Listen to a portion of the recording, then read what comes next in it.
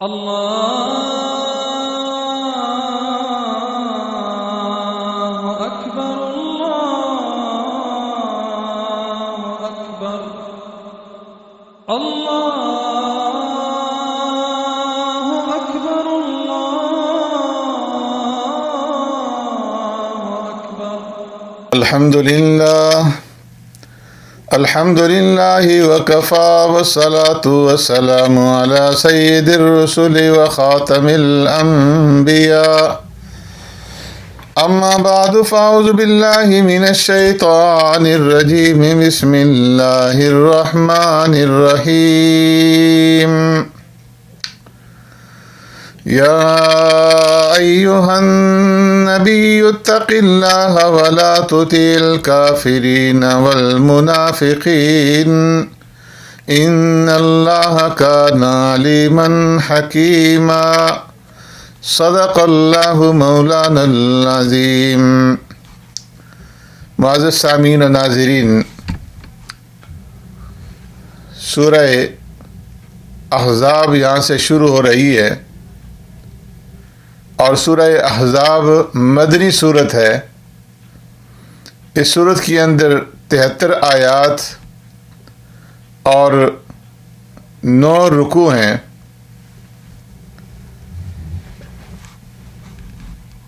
اس صورت کا ترتیبی نمبر 33 ہے اور نزولی نمبر 90. اس صورت کے اندر احزاب کا لفظ ذکر ہے اور اسی سے پھر اس صورت کا نام جو ہے وہ ماخوذ ہے. الاحزاب سے گروہ اور جماعت مراد ہیں. مشرکین نے تمام عرب کے قبائل کو اسلام کے خلاف آمادہ جنگ کر کے مدینہ منورہ کا محاصرہ کر لیا تھا. پیارے پیغمبر صلی اللہ علیہ وسلم نے مسلمانوں کے مشورے سے اپنے دفاع کے لیے خندق کھود لی تھی. اس لیے اسے غزوہ احزاب یا غزوہ خندق کہا جاتا ہے. اس صورت میں مدنی صورتوں کی طرح قانون سازی کے ساتھ ساتھ اس واقعہ کا بھی تذکرہ ہے، اس لیے اسے الاحزاب کے نام سے موسوم کیا گیا ہے. اس صورت کے اندر جو مضامین ذکر فرمائے گئے ہیں ان میں سے 3 اہم واقعات ہیں جن سے بحث کی گئی ہے. غزوہ احزاب جو شوال ہجری 5 میں پیش آیا، غزوہ بنو قریظہ ذی القعدہ ہجری 5 میں، اور اسی طرح اس صورت کے اندر حضرت زینب رضی اللہ تعالیٰ عنہ سے پیارے پیغمبر صلی اللہ علیہ وسلم کے نکاح کا تذکرہ ہے. اس صورت کے اندر متبنہ یعنی لے پالک یا منہ بولا بیٹے کے بارے میں زمانہ جاہلیت کے اندر جو تصورات تھے ان تصورات اور ان اوہام کو توڑا گیا ہے. اور پھر اس صورت کے اندر ازواج مطہرات پیارے پیغمبر صلی اللہ علیہ وسلم کی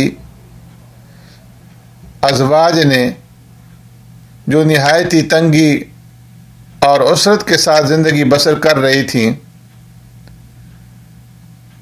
انہوں نے اللہ کے رسول صلی اللہ علیہ وسلم سے اپنے نان و نفقے کے اندر اضافہ کرنے کا کہا تو اللہ نے اس کے جواب میں فرمایا کہ دنیا اور اس کی زینت اور خدا اور رسول صلی اللہ علیہ وسلم اور آخرت میں سے کسی ایک کا انتخاب کر لیں. اور تاریخ گواہ ہے کہ ازواج مطہرات نے فوراً اللہ اور رسول اور آخرت کا انتخاب کیا. اسی طرح ازواج مطہرات کے توسط سے مسلمان عورتوں کو جاہلیت کی بے حیائیوں سے پرہیز کرنے کا سبق دیا گیا ہے، وقار کے ساتھ گھر میں بیٹھے رہنے اور غیر مردوں سے بات چیت کرنے میں سخت احتیاط کا دامن تھامنے کا تعلیم دی گئی ہے۔ حضرت زینب رضی اللہ تعالیٰ عنہ کے ساتھ پیارے پیغمبر صلی اللہ علیہ وسلم کے نکاح کے سلسلے میں مخالفین نے جو اعتراضات کیے، ان اعتراضات کا دندان شکن جواب دیا گیا ہے اور طلاق کی ایک قانونی دفعہ بیان فرمائی گئی ہے۔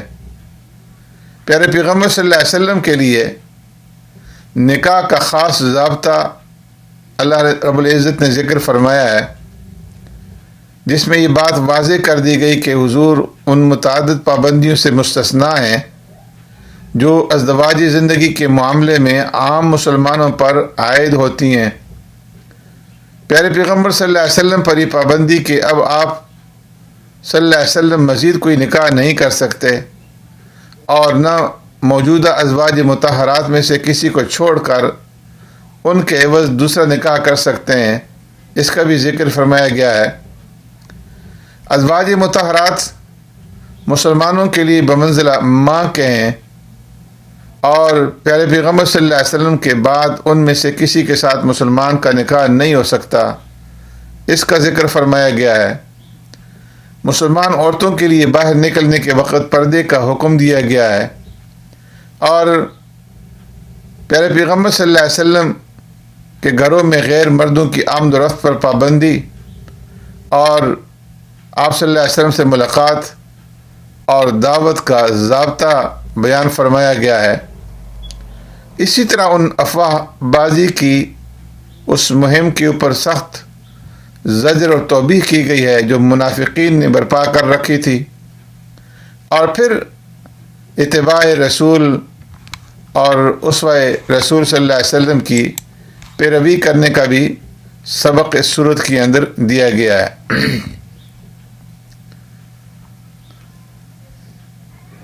پہلی دو آیتوں میں اپنے نبی کے واسطے سے اللہ تبارک و تعالیٰ نے نبی کی امت کو ایسے 4 امور کا حکم دیا ہے کہ جو حقیقت میں فلاح اور سعادت کے عناصر ہیں۔ پہلا یہ کہ یا ایھا النبی اتق اللہ، کہ اللہ سے ڈرتے رہیں، اور دوسرا یہ کہ ولا تطع الکافرین والمنافقین، کافروں اور منافقوں کی آراء کی اتباع نہ کریں، اور تیسرا حکم واتبع ما یوحی الیک من ربک، کہ وحی الہی کی اتباع کرتے رہیں، اور چوتھا حکم یہ ہے کہ وتوکل علی اللہ، کہ اللہ کے اوپر اعتماد اور بھروسہ کریں۔ یہاں یہ نقطہ ملحوظ رہے کہ اللہ تبارک و تعالیٰ نے پورے قرآن میں کہیں بھی آقا نامدار سرور کائنات رحمت دو عالم صلی اللہ علیہ وسلم کو یا محمد کہہ کر کے نہیں پکارا۔ یہاں پر بھی آپ سے جو خطاب ہو رہا ہے تو یا ایھا النبی کہہ کر کے خطاب فرمایا جا رہا ہے، جبکہ دوسرے جو انبیاء علیہ الصلوۃ والسلام آئے ہیں تو ان کو یا آدم، یا نوح، یا موسیٰ، یا عیسیٰ، یا زکریا، یا یحییٰ کہہ کر کے خطاب فرمایا گیا ہے۔ اسی طرح اس صورت کے اندر زمانہ جاہلیت کے بعض معتقدات اور عادات کی تردید کی گئی ہے، جن میں سے بعض عقلی اعتبار سے باطل تھیں اور بعض شرعی اعتبار سے قبیح تھیں۔ یہاں آیت نمبر 4 میں 3 جاہلانہ خیالات اور تصورات کی تردید کی گئی ہے۔ فرمایا ما جعل اللہ لرجل من قلبین فی جوفہ وما جعل ازواجکم اللائی تظاہرون منہن امہاتکم وما جعل أدعياءكم أبناءكم ذلكم قولكم بأفواهكم والله يقول الحق وهو يهدي السبيل۔ زمانہ جاہلیت کے اندر ایک خیال اور تصور یہ تھا کہ بعض لوگوں کے سینے میں دو دل ہوتے ہیں۔ جو آدمی زیادہ کلیور ہوتا، بات کی تہ تک پہنچ جاتا، تو اس کے بارے میں لوگ کہتے کہ اس کے سینے کے اندر دو دل ہیں۔ تو اللہ تبارک و تعالی نے اس خیال کے رد میں فرمایا کہ ما جعل اللہ لرجل من قلبین فی جوفی، کہ اللہ نے کسی آدمی کے پہلو میں دو دل نہیں بنائے۔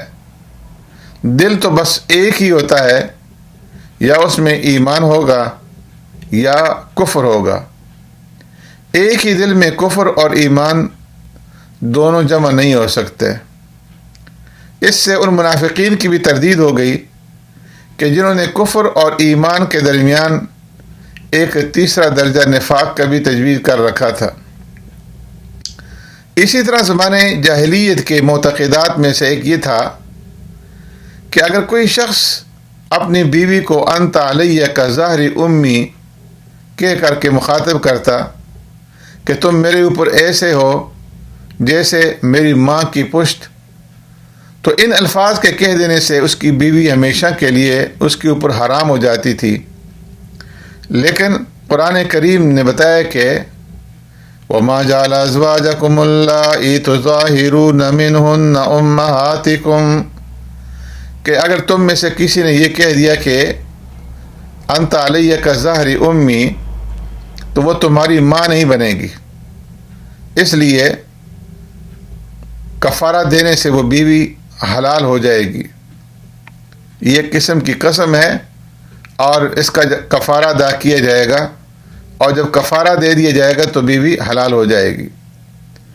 ایسے ہی اسلام سے قبل منہ بولے بیٹے کا حکم حقیقی بیٹے جیسے ہوتا تھا، تو قرآن نے اس غلط تصور کی بھی تردید کی اور فرمایا کہ وَمَا جَعَلَ أَدْعِيَاءَكُمْ أَبْنَاءَكُمْ، فرمایا کہ جس طرح انسان کے سینے میں دو دل نہیں ہوتے، اسی طرح ایک شخص کی دو سگی مائیں یا دو سگے باپ بھی نہیں ہو سکتے۔ لہذا جس لڑکے یا لڑکی کو متبنہ، لے پالک، منہ بولا بیٹا کہا جاتا ہے، وہ حقیقی بیٹا یا بیٹی نہیں بن جاتے، کیونکہ اس کی سگی ماں اور اس کا سگا باپ موجود ہیں۔ تو پھر دوسری سگی ماں یا سگا باپ کس طرح بن سکتا ہے؟ یہاں ایک لطیف پیرائے میں یہ اشارہ بھی کر دیا گیا ہے کہ ایک خالق اور رازق کے ساتھ ساتھ دوسرا خالق اور رازق کیسے ہو سکتا ہے؟ یعنی دو خدا نہیں ہو سکتے، جس طرح دو سگی ماں یا دو سگے باپ نہیں ہو سکتے، اسی طرح دو خدا بھی نہیں ہو سکتے۔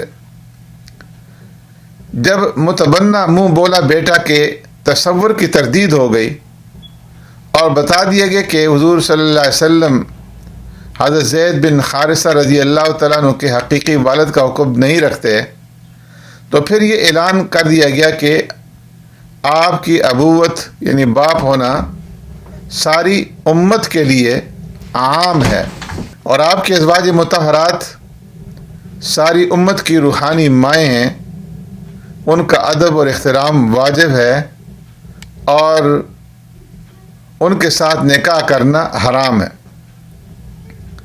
اس کے بعد 19 آیات میں غزوہ احزاب اور غزوہ بنو قریظہ کی تفصیل بیان فرمائی گئی ہے۔ سبحانک اللہم و بحمدک نشہد ان لا الہ الا انت نستغفرک و نتوب الیک۔